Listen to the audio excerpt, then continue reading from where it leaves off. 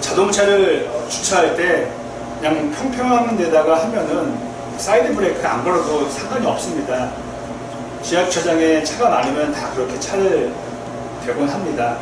하지만 언덕길에 주차할 때는 무조건 사이드 브레이크를 걸어야 합니다.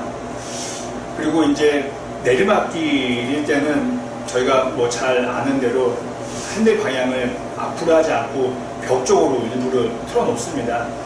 그리고 벽돌도 구해서 길 밑에다가 두기도 하고요. 그리고 예전 수동 차량은 제가 너무 자세히 설명하나요? 수동 차량은 중간 기어로 중립으로 두지 않고 기어를 하나 걸어둡니다. 최대한대로 사고를 예방하려고 그렇게 저희가 하고 있습니다. 저는 신앙도 이 사이드 브레이크 혹은 돌 이런 것과 다르지 않다고 생각을 합니다. 우리 앞에 1,000원짜리 한 장이 놓여져 있으면 그것 때문에 저희가 앞으로 달려들지 않을 것입니다. 그냥 제가 집든 누가 집든 1,000원짜리 지불하고 양보할 분들이 많으실 것입니다. 그런데 만일 5만원권 지폐가 묶음으로 한 요 정도 있으면은 500만원 되겠죠. 이거 묶음으로 꽤 있으면은 아마 고목사 이거 할 거 없이 그냥 제쳐서 먼저 짚고자 하시는 분들이 아마 저부터 먼저 달려가서 짚고 도망갈 수도 있을 것 같습니다. 평상시에는 괜찮은데 그런 결정을 할 때 위험한 마음이 들 때에 신앙이라는 사이드 브레이크가 걸려있지 않으면 저희는 밑으로 추락하게 되고 나만 다치는 것이 아니라 정말 많은 사람들을 다치게 할 수 있게 됩니다.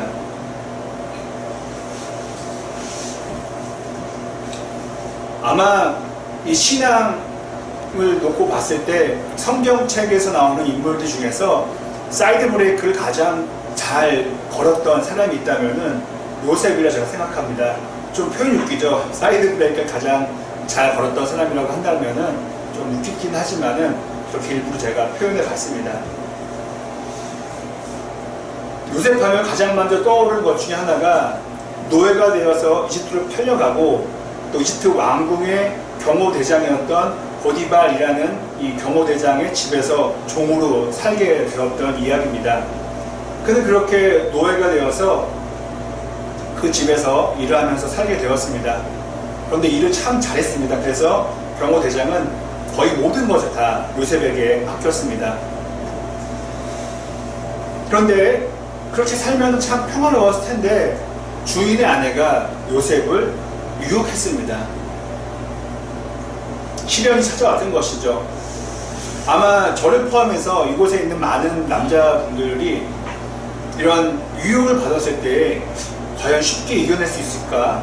솔직히 저부터도 자신 있게 말하지 못할 것입니다. 아마 머릿속으로는 나는 목수가 있잖아. 나는 한 가정의 남편이잖아. 귀한 아들, 저 사람들 너무 귀한 아들 아닌데 좋은 아들이잖아.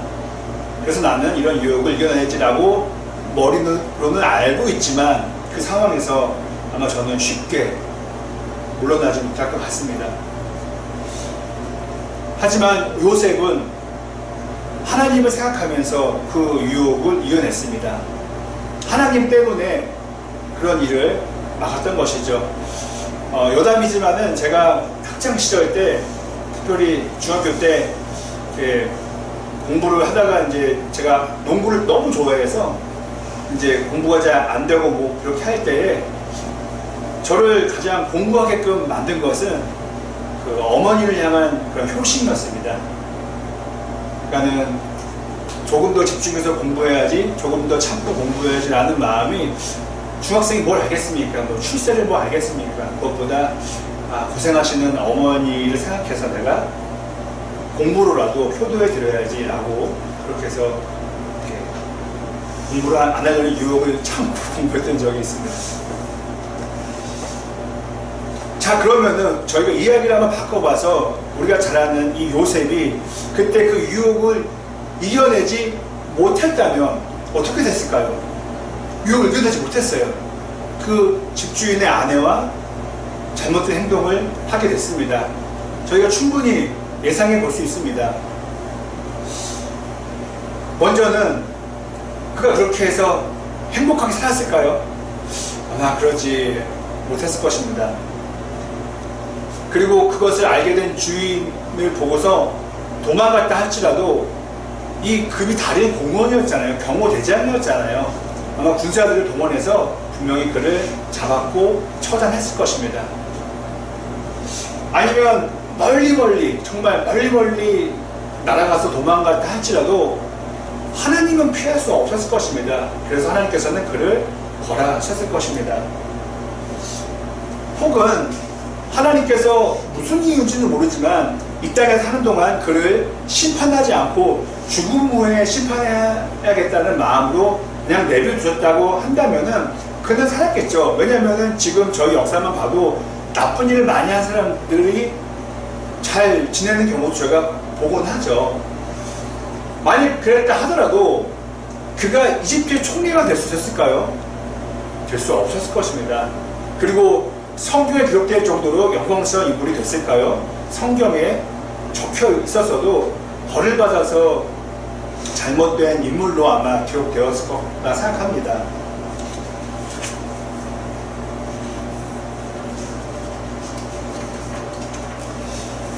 다행히 요셉은 하나님을 생각하면서 해서는 안 될 일을 하지 않았습니다. 그런데 결과는 우리의 생각과는 달리 되게 안 좋게 됐습니다. 그렇게 신앙으로 결단하고 그렇게 바른 일을 했으면은 하늘에서 금은 보화라도 떨어져야 했을 법한데 금은 보화는커녕 감옥으로 끌려가게 됐습니다. 그 집주인의 아내가 거짓말을 해서 상황이 바뀌게 진술되었던 것입니다. 하나님은 그렇게 그가 감옥으로 내려가게 그냥 지켜만 보셨습니다. 개입하지 않으셨습니다. 정리해 보면 어떨까요? 그렇게 사랑받던 귀한 아들에서 노예가 되었습니다. 그리고 그것도 모자라서 되게 잘못된 범죄를 뒤집어쓰고 죄인이 되었습니다. 죄수가 되었습니다.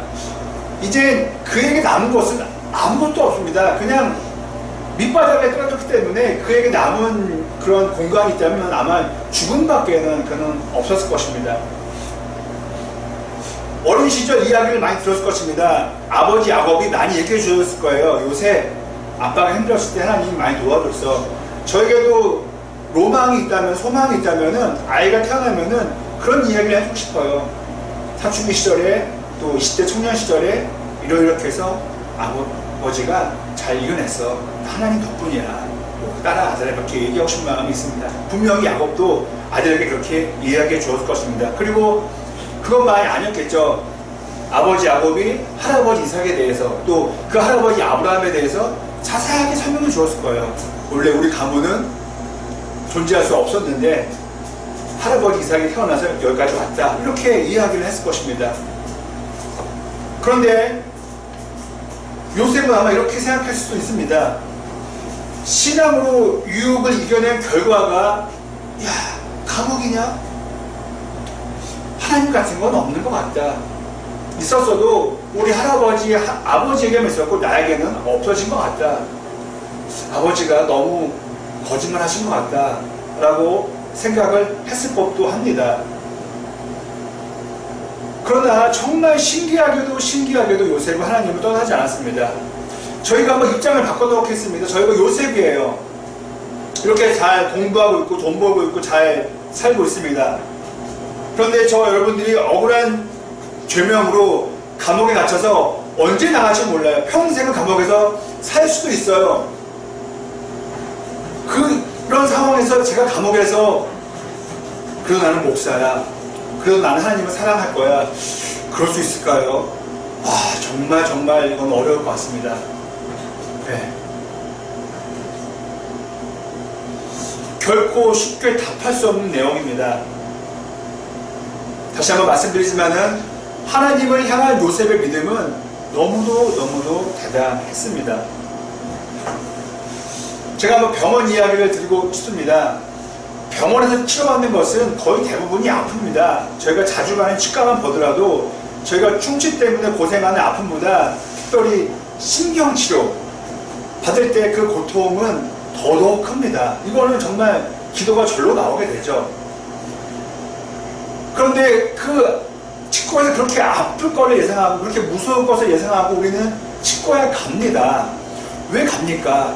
그렇게 아파도 그렇게 공포스러워도 결국에는 치과 문을 나오게 되면은 다 아픈 이가 낫기 때문에 그것을 확신하기 때문에 우리는 병원을 찾아갑니다.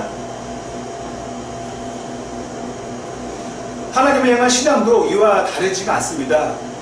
확신이 필요하고 또 확신에 이르게 되기를 우리가 노력도 해야 하는 것이죠. 예전에 저는 이런 이야기를 여러분들에게 드린 적이 있습니다. 지금까지 짧은 인생이지만 살아보니까 많은 이런 경험을 해본 결과 하나님이 답이다 라는 이런 생각을 하게 됐습니다. 이게 오래전 일은 아닙니다. 혼자서 옛날 생각을 할 때 또 살아왔던 일을 되짚어 봤을 때 또 앞으로의 삶을 예상했을 때 신앙밖에 없구나 라는 생각을 하게 되었습니다. 그래서 그 어느 때보다 더욱더 신앙으로 살고자 저는 노력을 하고 있습니다. 하지만 그렇다고 제 인생이 수풍에 돛단 것처럼 배가 잘 항해를 한 것도 아니었습니다. 하나님을 믿고 간절히 기도했는데 제 뜻대로 되지 않았던 적이 참 많았습니다. 목이 쉬어라 기도했고 밥을 굶어가면서 기도했는데 전혀 상황은 변하지 않았던 적도 참 많았습니다. 그리고 오랜 시간 간절히 끊임없이 기도했는데 되어지는 것은 아무것도 없었습니다. 그런데 그렇게 안 되는 일도 많았고 잘못된 일도 제 예상보다는 잘못된 일도 많았는데 결국 돌아보니 다 생각해보니 저에게 최적으로 맞는 최상으로 맞는 길로 인도하셨음을 이 나이에 고백하게 되었던 것입니다. 그래서 누가 시키지 않아도 야 목사니까 좀 뭐 해봐 이게 아니라 절로 기쁨으로 기대하면서 신앙으로 살아가고자 노력하고 있습니다. 지금 저와 여러분들이 놓친 버스가 있을 것입니다. 그리고 지금 틀어진 일이 있을지도 모릅니다. 저와 여러분에게 말입니다. 그러나 나중을 생각하면은 바로 앞에 있을 6월을 생각하면은 올해 연말을 생각하면은 아니에요. 오히려 잘된 일이었다고 그때 가서 우리가 회상할 수 있을 것입니다. 지금도 여러분들의 삶 가운데 그런 일이 몇 번은 있었을 거라 생각을 해봅니다. 다음으로 요셉이 감옥에 있을 때의 이야기를 함께 나눠보고자 합니다. 그 감옥에 요셉이 있을 때에 2명의 죄인이 들어왔습니다. 그들은 왕궁에 있었던 관리였습니다. 2사람이었는데 한 명은 왕에게 바치는 빵을 담당하는 사람이었고요. 다른 한 사람은 왕에게 술을 바치는 일을 하는 사람이었습니다. 그래서 성경에는 시종 중에 장이었다 그래서 시종장이라고 부릅니다. 하지만 저희는 그 표를 요즘에 잘 안 쓰죠. 이렇게 3명이 감옥에서 만나게 되었습니다. 어느 날 이 2명의 관리가 같은 날 밤에 꿈을 꾸었습니다. 그런데 그 꿈의 내용은 각각 달랐습니다. 이들의 꿈이 너무 신기해서 꿈을 해몽하고자 노력했지만은 그 뜻을 알 수가 없었습니다. 그때 요셉이 그것을 알게 되고 그 꿈을 다 해석해 주었습니다. 이러이러해서 이러이러하게 될 것입니다. 예언을 그런 말하고 있는 꿈이었습니다. 내용은 이거였습니다. 간단히 말씀드린다면은 빵을 담당하는 관리는 죽게 됩니다. 감옥에서 나오지 못하고 죽게 되고요. 그 다음에 왕에게 파라오 왕에게 술을 담당했던 그 시종장은 살게 되고 다시 복직을 하게 됩니다. 그때 저와 여러분들이 요셉이라면은 어떻게 말하겠습니까? 그 술을 맡은 관리에게 이렇게 얘기했겠죠. 저기 관리님 저 제가 기억해 주세요. 저 잊지 말아 주세요. 저희가 가장 그런 짧은 표현이지만 영화에서도 많이 나오는 표현이고요. 저희도 좀 가슴을 울리는 표현 중에 하나가 나를 기억해줘 라는 그런 표현이 있습니다. 역시 제가 설교 준비하지 않았지만은 최근작 매트릭스 영화를 보신 분이 계신가요? 거기서 한 워보이라는 인물이 죽으면서 선행을 하면서 주인공들에게 얘기합니다. Remember me, 나 기억해줘 라고 하면서 생을 마감합니다. 이 성경과는 전혀 관계없는 내용인데요. 그렇게 자신도 억울하게 감옥에 있기 때문에 파라오 왕의 도움을 통해서 그 방면할 수 있게 해달라고 부탁을 했습니다. 하지만 오늘 본문에 기록된 것처럼 술을 맡은 관리는 요셉을 기억하지 못했고요. 2번이나 반복합니다. 요셉을 잊었다 라고 얘기합니다. 그리고 그렇게 된 후로 만 2년이 흘렀습니다. 성경은 자세하게 얘기해 줍니다. 얼추가 아니라 정확히 2년이 꽉 채워서 흘렀다고 얘기합니다. 그때 마침 바로 왕은 꿈을 꾸었습니다. 역시 이 꿈이 되게 이상한 꿈이고 의미 있는 것 같아서 바로 왕은 이집트에 있는 사람들을 불러다가 그 꿈을 알아맞히게 했습니다. 그런데 어떻게 한 명도 그 꿈을 풀이하지 못했습니다. 역시 마침 그때 술을 올리는 시종장이 왕에게 얘기합니다. 왕님이요, 파라오 왕님이요, 제가 압니다. 제가 깜빡하고 있었네요. 제가 그때에 꿈을 꾸었는데 그 감옥에서 꿈을 해몽해준 사람이 있었는데 바로 히브리 노예였습니다. 그렇게 왕에게 요셉을 소개하게 되었습니다. 결국 그 일로 요셉은 왕 앞에 서게 되고 꿈을 해몽해 주고요. 그리고 왕은 그를 죄수에서 자유인으로, 그리고 더 나아가서 왕 바로 밑에 있는 총리의 자리에 앉히게 되었습니다. 추측입니다만은 만약 술 맡은 관리가 곧바로 파라오 왕에게 얘기해서 요셉이 풀려났다면 어떻게 됐을까요? 아마 왕이 그를 풀어주면서 상황을 다 안 다음에 다시 고국으로 돌려보냈을 것 같습니다. 참 딱하게 노예가 됐구나. 너는 뭐 전쟁의 포로도 아니고 잘못한 사람도 아니고 다시 가족에게 돌아가라 라고 했을 것 같아요. 저는요. 그러면은 그는 이집트에 없고 다른 데에 있게 되는 것이죠. 그렇다면은 그는 바로 왕이 꿈을 꿨을 때 그 자리에 있기가 어려웠을 것입니다. 하지만 감옥에 갇혀 있었기 때문에 속된 말로 빼도 박도 못하는 거예요. 무조건 이집트에 그는 머물러 있어야만 했던 것입니다. 그래서 마침내 이집트의 총리가 될 수 있었습니다. 이러한 역전의 스토리, 이러한 반전의 스토리를 하나님께서 미리 좀 요셉에게 알려주셨으면 어땠을까요? 감옥에 있는 동안, 감옥에서 뭐 몇 년을 살았다고 한다면은 그렇게 꿈 잘 해몽하는 요셉에게 꿈을 한번 알려주면 되잖아요. 요셉 이러이러하니까 좀만 참어. 술 맡은 관리가 너를 잊을 수 있어. 그런데 기껏해야 20년도 아니고 2년이야. 그때 참으면은 너 왕 밑에 있는 총리가 될 수 있어. 이것만 좀 알려주신다면 얼마나 좋았겠습니까? 그랬으면은 제가 만약 요셉이었으면은 감옥에 있으면서도 휘파람 불면서 있었을 것 같습니다. 밥 좀 현착해 놔도 괜찮아. 이건 내가 2년만 참을 거야. 2년이 길지만 또 그렇게 길지도 않지 않습니까? 하지만 하나님께서는 요셉이 휘파람 불면서 춤추는 모습보다는 그가 간절히 기도하는 모습을 보기 원하셨던 것입니다. 왜냐하면 춤은 휘파람 나에게 흥은 가져다 줄 수 있어도 나에게 믿음은 가져다 주지 못하기 때문입니다. 믿음이 언제 자랍니까? 우리가 공부를 해야 성적이 오르는 것처럼 저희가 기도해야 또 신앙으로 고민해야 그때 신앙을 바탕으로 한 믿음이 생겨나지 않겠습니까?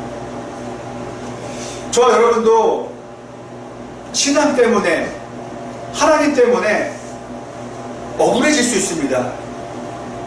그리고 전보다, 아니 지금보다 더 낮은 자리로 내려앉을 수도 있습니다. 그래서 우리의 삶이 더 예전보다 힘들어질 수도 있습니다.